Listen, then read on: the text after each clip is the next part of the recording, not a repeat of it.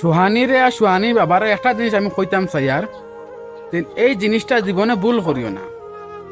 তো আসসালামু আলাইকুম, কেতা খবর সবালা না সবালা আছো মা, তাহলে জিনিসটা আজকে বুঝতে পারছো না তো বুঝতে পারবা, টাইটেল এন্ড থাম্বনেল দেখলে বুঝতে পারবা। আরে এটা খেয়াল করলে সো মা তৈলে সুহানি ব্যাপারে আমি কইয়া তুমি তো মানে সুহানির লিয়া ভিডিও বানারা, সুহানির কন্টেন্ট দ্বারা তাই অভিনয় করতে এইরকম না, আর তুমি এডিট করতা পোস্ট করতা এন্ড অলা সিস্টেম, তাই পড়াশোনা ওর এন্ড কোনো ক্ষতি কর না, যে আমার সব কিছু মানি। আর আমি পক্ষে আছি, আজীবন তাবো আমি শিলতারি মাইয়া তোপা এন্ড হাইলাহান্দির সুহানি, তোমাদের সবার পক্ষে আমি আছি।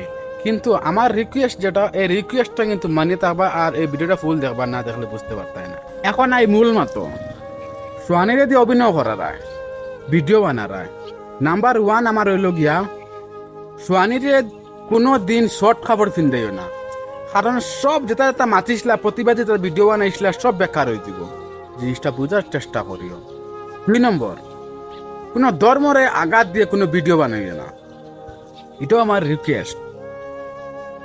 আর 3 নম্বর, যে কোনো দেশ, স্টেট, ডিস্ট্রিক্ট ইতারে নিয়া ভিডিও বানাইবে না, যেমন ধরো আমরা অমুক জায়গার ফাইন হতা করলাম এই সিস্টেমের ভিডিও বানাইবে না।